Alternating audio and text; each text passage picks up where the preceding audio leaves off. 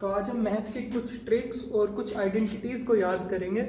तो उनमें से सबसे पहले आती है 2 डिजिट नंबर्स की मल्टीप्लिकेशन डायरेक्टली और 3 डिजिट नंबर्स की मतलब वन लाइन में मल्टीप्लिकेशन, जो कि हमारा काफ़ी टाइम बचा सकते हैं। अच्छा, तो हम पहले 2 डिजिट मल्टीप्लिकेशन की बात कर लेते हैं। जैसे कि मान लीजिए अपन ने लिख लिया है 25 और 35। तो मैं सीधा पॉइंट पर आता हूँ कि अपने को कुछ नहीं करना है। जो यूनिट प्लेस पर नंबर है सबसे पहले उनको मल्टीप्लाई करना है। जैसे इसके अंदर 5 मल्टीप्लाई 5 होता है 25। तो 25 की जो यूनिट प्लेस है तो 25 है। जैसे तो इसकी भी जो यूनिट प्लेस है उसको तो यहाँ लिख दीजिए, और ये 20 जो है वो इसमें आ जाएगी, नेक्स्ट में ऐड हो जाएगी। जैसे अपन मल्टीप्लाई करते हैं, फिर क्या कीजिए, फिर क्रॉस मल्टीप्लाई कीजिए। जैसे 5 2 जा 10 प्लस में 5 3 जा 15, और जो इसका 2 था वो है, तो अब इन तीनों को जोड़ दीजिए। तो अब आ जाएगा 5 और 2 7, 1 और 1 2। तो फिर इस 27 की यूनिट प्लेस को यहाँ लिख दीजिए, और फिर ये 2 जो है वो इसके अंदर जुड़ेगा। फिर क्या करना है, इसको इसके साथ मल्टीप्लाई करना है, 100 प्लेस को 100 प्लेस के साथ, दोनों डिजिट के। तो हम कर लेंगे, तो 3 2 जा 6 और 6 और 2 8। तो हमारा आंसर आ जाएगा 875। अब हम एक और एग्जाम्पल ले लेते हैं। जैसे कि मान लो 52 और 37 का कर लेते हैं।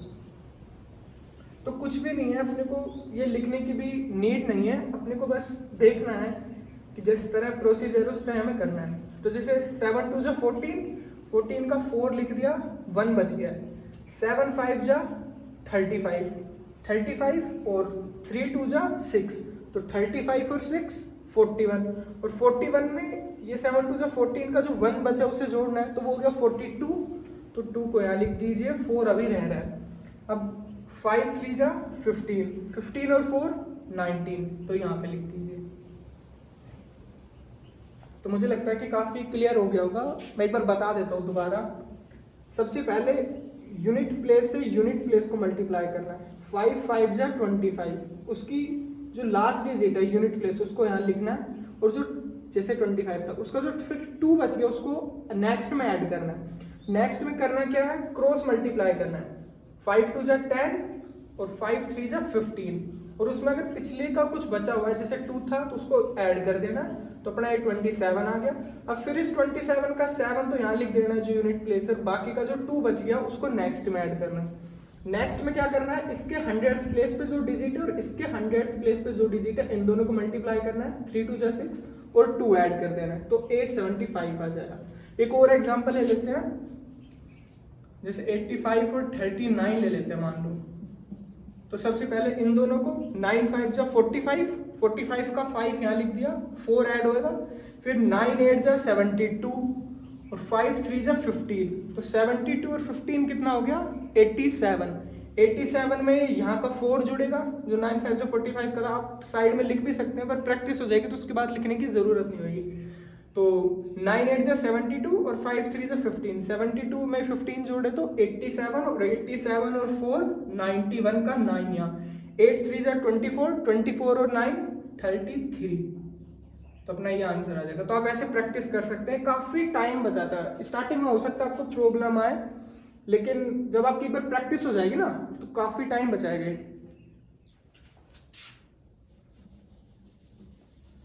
तो अब हम एक बार बात कर लेंगे कि 3 डिजिट नंबर्स में हम डायरेक्टली कैसे मल्टीप्लाई करें। वो भी काफी आसान ही है, बस थोड़ी सी प्रैक्टिस की नीड रहेगी। जैसे ले लीजिए 375 और 283, कुछ भी ले सकते हैं। एक बार मैं बता देता हूँ बेसिक की क्या करना है अपने को। अपने को कुछ भी नहीं, सबसे पहले इन दोनों को मल्टीप्लाई करना है, यूनिट प्लेस से यूनिट प्लेस। फिर जो आएगा उसकी सिर्फ यूनिट प्लेस तो यहाँ लिखनी है, बाकी नेक्स्ट में ऐड हो गए। नेक्स्ट में ऐड हर बार होगा, तो इसको इससे मल्टीप्लाई किया, फिर उसकी यूनिट प्लेस यहाँ लिख दिया, जो भी है वो बच गया। फिर इन दोनों को क्रॉस मल्टीप्लाई किया, प्लस में इन दोनों को क्रॉस मल्टीप्लाई किया, प्लस में जो पिछला जो रह गया था उसको ऐड करना है। फिर ये जो भी आएगा उसकी यूनिट प्लेस यहाँ लिख देनी है। फिर इन दोनों को मल्टीप्लाई करना है, प्लस में इन दोनों को मल्टीप्लाई करना है, प्लस में इन दोनों को मल्टीप्लाई करना है, प्लस में जो भी पिछली बार रह गया था उसको ऐड करना है। उसके बाद उसको फिर यहाँ लिख देना है। फिर इन दोनों को मल्टीप्लाई प्लस में इन दोनों को मल्टीप्लाई और फिर पिछला वाला ऐड कर देना, और लास्ट में फिर इन दोनों को मल्टीप्लाई करके पिछला वाला ऐड कर देना अगर कुछ है तो हम एक बार देख लेते हैं। जैसे सबसे पहले इन दोनों को मल्टीप्लाई किया तो 5 3 जा 15, 15 का 1 बच गया, 7 3 जा 21, 8 5 जा 40, तो क्या हुआ 2, 4 और 2 6, ये 62 का 2 यहाँ रख दिया, 6 फिर बच गया। अब यू क्रॉस और यू स्ट्रेट, तो 3 3 जा 9, 5 2 जा 10, 8 7 जा 56, इनको ऐड कर दिया तो 6 और 6 12, 12 और 9 21 का 2, 5 और 2 7 और 1 8, 81 का फिर यहाँ 1 रख दिया, 8 फिर बच गया है। अब इन दोनों को प्लस में इन दोनों को, तो 7 2 जा 14 और 8 3 जा 24, तो 4 और 4 8, 8 और 8 16 का 1, 2 और 2 4, तो 46 आ गया, इसका 6 यहाँ पे, 4 फिर बच गया। तो अब फिर इन दोनों को मल्टीप्लाई कर लेना है, तो 3 2 जा 6 और 6 और 4 10, तो आपका ये आंसर आ जाएगा इसके अंदर। अब हम एक और एग्जांपल ले लेते हैं, तो शायद और प्रैक्टिस और थोड़ा और क्लियर हो जाएगा।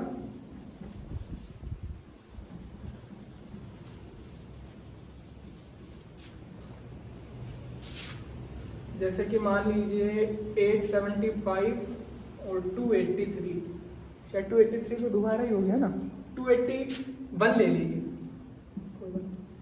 अब इसको माइंड नहीं करेंगे है ना, क्योंकि एक बार प्रैक्टिस हो जाएगी ना तो आपको कोई इशू आएगा नहीं। तो जैसे 5 1 जा 5, इसके अंदर कुछ नहीं है तो कोई दिक्कत नहीं।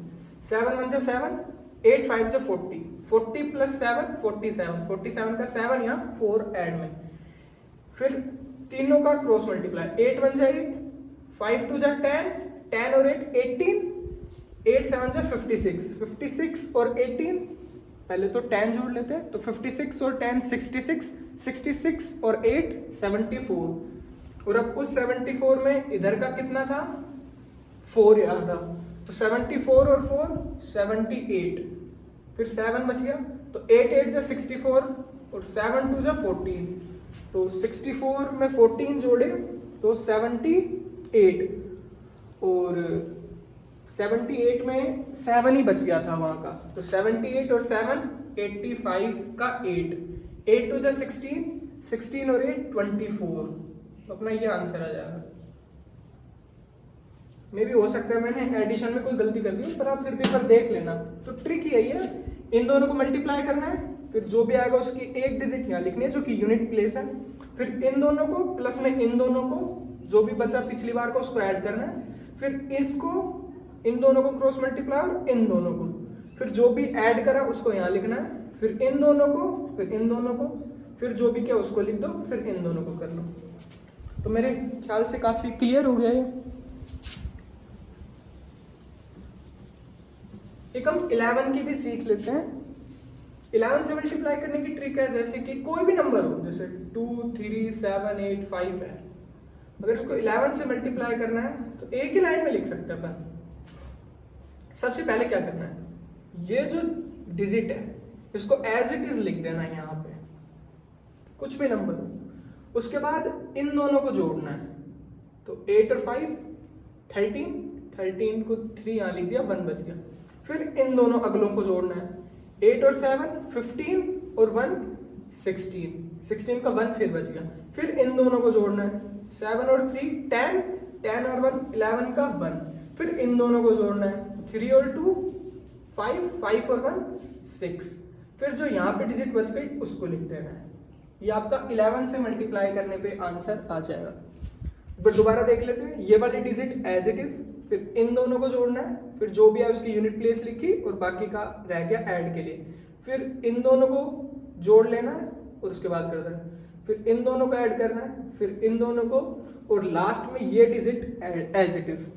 अच्छा, अब कुछ बच्चे ऐसे कहेंगे कि भैया 11 से मल्टीप्लाई करने की इतनी जरूरत पड़ती नहीं है, हम या तो हम डायरेक्ट कर सकते हैं, काफी शॉर्ट पड़ता है, या फिर 11 की कहाँ इतनी यूज होती है। तो मैं बता दूं, जैसे कि मान लो पाई जहां पर भी आ जाए, जैसे 172 पाई लिख दिया मान लो, तो पाई को क्या लिखोगे आप 22/7।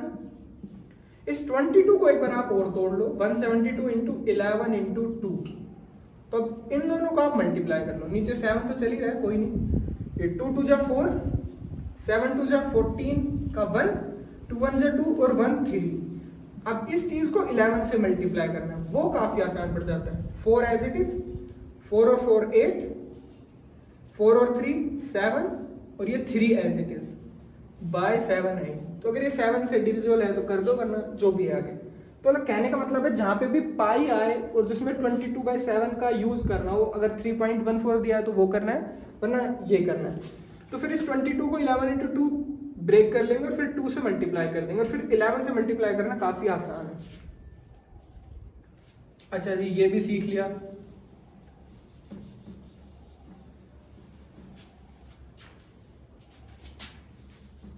आज क्या डस्टर है नहीं।